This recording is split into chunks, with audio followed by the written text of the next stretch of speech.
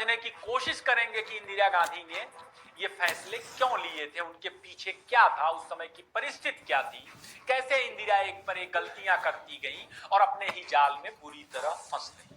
राजनीति का वह खेल जिसे किसी और ने नहीं, खुद इंदिरा गांधी ने रचा। तारीख थी 24 मार्च 1972 की, जब प्रोफेसर डॉक्टर सैयद नूरुल हसन को इंदिरा कैबिनेट में शिक्षा, समाज कल्याण और संस्कृति मंत्रालय की जिम्मेदारी सौंपी जा रही। नूरुल हसन कौन थे? उनके दादा सैयद वजीर हसन थे। वह मुस्लिम लीग के अध्यक्ष भी रह चुके थे।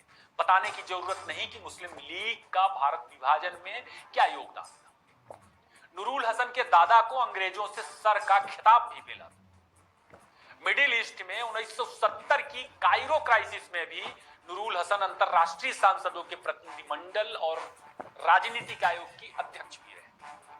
आगे चलकर नूरुल हसन को रूस में राजदूत भी नियुक्त किया गया और तब वे मॉस्को की सबसे मशहूर हस्तियों में शामिल थे। रूस में ही ताशकंद समझौता करने गए पूर्व प्रधानमंत्री लाल बहादुर शास्त्री की मौत हुई थी और उनके निधन के बाद मोरारजी देसाई और दूसरे तमाम ताकतवर कांग्रेसी नेताओं को दरकिनार कर, उनके विरोध को किनारे लगा करके इंदिरा गांधी प्रधानमंत्री बनने में कामयाब रही। नूरुल हसन इतिहासकार भी थे। उन्हें thoughts of Afghan relations in Mughal India जैसी किताबों की वजह से भी जाना जाता है। नूरुल हसन के शिक्षा, समाज और संस्कृति का मंत्री बनने के बाद नजर आता है कि किस तरह बहुत व्यवस्थित तरीके से इतिहास की किताबों में बदलाव की शुरुआत तेज हो जाती है, जिसके लिए पहले ही जवाहरलाल नेहरू विश्वविद्यालय की स्थापना की जा चुकी। ध्यान रहे, हसन की नियुक्ति और ऐसे कई फैसले 71 की जंग के बाद, यानी पाकिस्तान के दो टुकड़े होने के बाद की घटनाएं। 1971 की जंग के बाद नूरुल हसन के शिक्षा संस्कृति का मंत्री बनने और जवाहरलाल नेहरू विश्वविद्यालय की भूमिका बहुत दिलचस्प है। 22 अप्रैल 1969 में संसद में पारित एक एक्ट के जरिए जवाहरलाल नेहरू विश्वविद्यालय की स्थापना की गई। जी पार्थ सारथी इसके पहले वाइस चांसलर थे और डॉक्टर मुनीस रजा को फाउंडर, चेयरमैन और रेक्टर के रूप में जाना जाता है। वैसे आपको बताते चले कि प्रधानमंत्री बनने से पहले सूचना और प्रसारण मंत्री के रूप में इंदिरा गांधी लाल बहादुर शास्त्री जी के कैबिनेट में शामिल हो चुकी थी। हालांकि इंदिरा चाहती थी कि उन्हें विदेश मंत्री बनाया जाए और इसलिए बनाया जाए क्योंकि वे काबिल और नेहरू के साथ विदेश यात्राओं का उन्हें अच्छा खासा अनुभव है, लेकिन शास्त्री जी ने उन्हें विदेश मंत्री नहीं बनाया था। बावजूद सूचना प्रसारण मंत्री रहते हुए इंदिरा गांधी ने खुद को पार्टी में, सरकार में मजबूत किया। जी पार्थ सारथी पत्रकार थे। इंदिरा की कृपा से 3 साल तक उन्हें एक डिप्लोमेट के रूप में भी काम करने का मौका मिला यूनाइटेड नेशंस में। उन्होंने भारत का प्रतिनिधित्व किया। जी पार्थ सारथी की एक और विशेषता थी, उनके पिता यानी एन गोपाल स्वामी अयंगर मद्रास प्रेसिडेंसी में नौकरशाह थे, जो बाद में कश्मीर के दीवान बहादुर बने और नेहरू की कैबिनेट में मंत्री के रूप में भी उन्होंने काम किया, उन्हें शामिल किया गया। जेएनयू के फाउंडिंग डायरेक्टर मुनीस रजा दुनिया की कई यूनिवर्सिटीज में विजिटिंग प्रोफेसर रहे। उनकी एक पहचान यह भी है कि वे डॉक्टर राही मासूम रजा के भाई भी थे। मुनीस रजा की पढ़ाई लिखाई अलीगढ़ मुस्लिम यूनिवर्सिटी में हुई, जो भारत विभाजन का सबसे बड़ा गढ़ था, केंद्र था। अलीगढ़ मुस्लिम यूनिवर्सिटी जो सरकारी अनुदान पर चलती है, मगर वहां आज तक आरक्षण जैसे तमाम केंद्रीय नियम लागू नहीं होते। अलीगढ़ यूनिवर्सिटी ने मुनीस जैसे दर्जनों क्रांतिकारी विद्वानों को निकाला। मुनीस ने जेएनयू जैसे प्रगतिशील संस्थान भी बनाए, जो आगे चल करके लेफ्ट का गढ़ बना। मगर कईयों का दावा है कि अलीगढ़ यूनिवर्सिटी की पहचान हमेशा एक मजहबी संस्थान के रूप में ही रही। कोई अलीगढ़ यूनिवर्सिटी की पहचान बदलने के लिए आगे नहीं दिखा।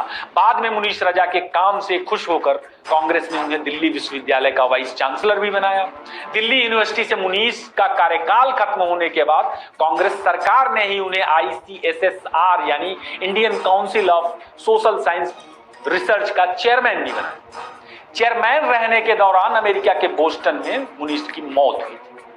दोस्तों, जी पार्थ सारथी और प्रोफेसर मुनीस के नेतृत्व में जवाहरलाल नेहरू यूनिवर्सिटी किस मकसद से बना था, नूरुल हसन के शिक्षा मंत्री बनने के बाद क्या क्या हुआ, उसे देख सकते हैं। इसे जेएनयू के ही छात्र और प्रोफेसर पुष्पेश पंत ने एक इंटरव्यू में साफ भी किया था। द लल्लन टॉप को दिए इंटरव्यू में प्रोफेसर पंत ने बताया था कि वह जेएनयू इतिहास पढ़ने आए थे लेकिन उन्होंने देखा कि मनमाने तरीके से लेफ्ट बैकग्राउंड से आए अयोग्य लोगों को प्रोफेसर बनाया जा रहा था। रोमिला थापर का नाम लेते हुए प्रोफेसर पंत ने कई सारे रहस्योद्घाटन किए।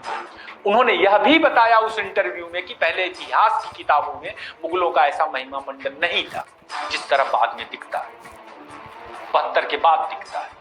दक्षिण के राजाओं और भारत के चक्रवर्ती सम्राटों का इतिहास पढ़ाया जाता था पाठ्यक्रमों में, जिसे बाद में सिलेबस से बाहर कर दिया गया और उनकी जगह मुगलों के इतिहास ने ले। Nurul Hasan Royal Asiatic Society of London के भी सदस्य थे। कांग्रेस की स्थापना में Royal Asiatic Society of London के कनेक्शन को आप खोज सकते हैं। इतिहास का मुगलियाकरण 1971 से पहले नहीं था, जो प्रोफेसर पंत ने अपने इंटरव्यू में बताया था। उन्होंने बताया था कि हम जैसे लोग इतिहास की पाठ्य पुस्तकों में चोल जैसे तमाम महान राजाओं की कहानियां पढ़कर बड़े हुए हैं, बाद में वे गायब कर दिए। अब यह सवाल तो पूछा जाएगा कि किस लिए गायब हुई, और 1971 की जंग और बांग्लादेश के बनने के बाद ही ऐसा क्यों हुआ। सवाल यह भी पूछा जाएगा कि क्या नूरुल हसन के बाद भारत का इतिहास सुविधाजनक संदर्भों के जरिए लिखवाया गया, जिसके वैचारिक मकसद थे। इन चीजों का भारत की चेतना पर बहुत गहरा असर पड़ा, इसलिए इस पर बात होगी। उदाहरण के लिए सतीश चंद्रा नाम के मशहूर इतिहासकार ने अपनी किताब हिस्ट्री ऑफ मेडिवल इंडिया के पृष्ठ 213 पर लिखा कि मेवाड़ के राणा सांगा की विधवा रानी कर्णावती ने हुमायूं की मदद की चाह में राखी भेजी, मगर हुमायूं समय पर पहुंच ही नहीं सका। जबकि तथ्य यह है कि राखी यानी रक्षाबंधन का त्योहार भाई बहन की बजाय भगवान विष्णु और महान दानी सम्राट बलि से जुड़ा हुआ है, और इसकी कथा स्कंद पुराण में मिलती है। बलि ने स्वर्ग जीत लिया था। देवता चाहते थे कि उन्हें स्वर्ग वापस मिल जाए किसी भी तरह। देवता भगवान विष्णु के पास पहुंचते हैं, भगवान से आग्रह करते हैं, और जिसके बाद भगवान विष्णु अदिति के गर्भ से एक वामन के रूप में जन्म लेते हैं और बलि को रक्षा सूत्र बांधते हैं और दान मांगते हैं। बलि ने कहा जो मांगोगे वह देंगे। वामन ने 3 पग मांगा, 2 पग में सारा साम्राज्य ले लिया भगवान विष्णु ने।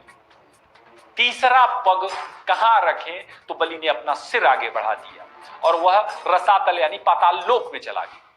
बाद में भगवान को भी भक्ति से प्रभावित होकर बलि की सेवा में लंबे वक्त तक रहना पड़ा। तब से रक्षाबंधन के दिन ब्राह्मण रक्षा सूत्र बांधते हैं और दान पाते हैं। लेकिन बॉलीवुड की एक फिल्म आई और इसमें शैलेंद्र ने बहुत भावुक गाना लिखा। ये गाना सुपरहिट हुआ और सतीश चंद्रा जैसे नामी इतिहासकारों ने उसे बुनाया और पता नहीं किस मकसद से इसे हुमायूं के साथ जोड़ दिया। एक कहानी लिख दी, किताब में छप गई और लोगों ने उस कहानी को सच मान लिया, क्योंकि बच्चे किताबों में वही कहानी पढ़ करके स्कूलों से बाहर निकलते हैं। खैर, इंदिरा के दौर में नूरुल हसन की नियुक्ति के लिए ठीक 1 महीने बाद यानी 7 अप्रैल 1972 की तारीख पर एक दूसरी महत्वपूर्ण घटना होती है। उसे देखिए। यह इतिहास की वह तारीख है जब मुस्लिम पर्सनल लॉ बोर्ड की स्थापना होती है।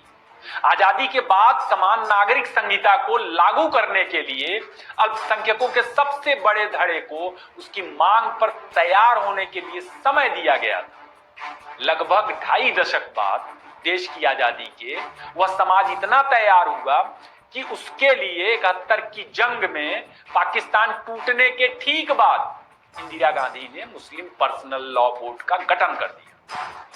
मुस्लिमों के मजहबी अधिकार को सुरक्षित करने के नाम पर गठन हुआ था। मुस्लिम पर्सनल लॉ बोर्ड को आसान भाषा में शरिया सिस्टम कह सकते हैं, यानी एक देश में 2 तरह के कानून। अब सवाल है कि क्या 1972 से पहले मुस्लिमों के अधिकार सुरक्षित नहीं थे, और जब पहले अधिकार सुरक्षित नहीं थे तो नेहरू ने 1954 में कैसे वक्फ बोर्ड के प्रावधान बनाए जो लूट का अड्डा बना हुआ है आज की तारीख। 71 की जंग के बाद जो सिलसिला शुरू हुआ था वह यहीं तक नहीं दिखा। 1976 में 42वां संविधान संशोधन के जरिए इंदिरा ने संविधान को ही बदल दिया, उसकी प्रस्तावना को बदल दिया।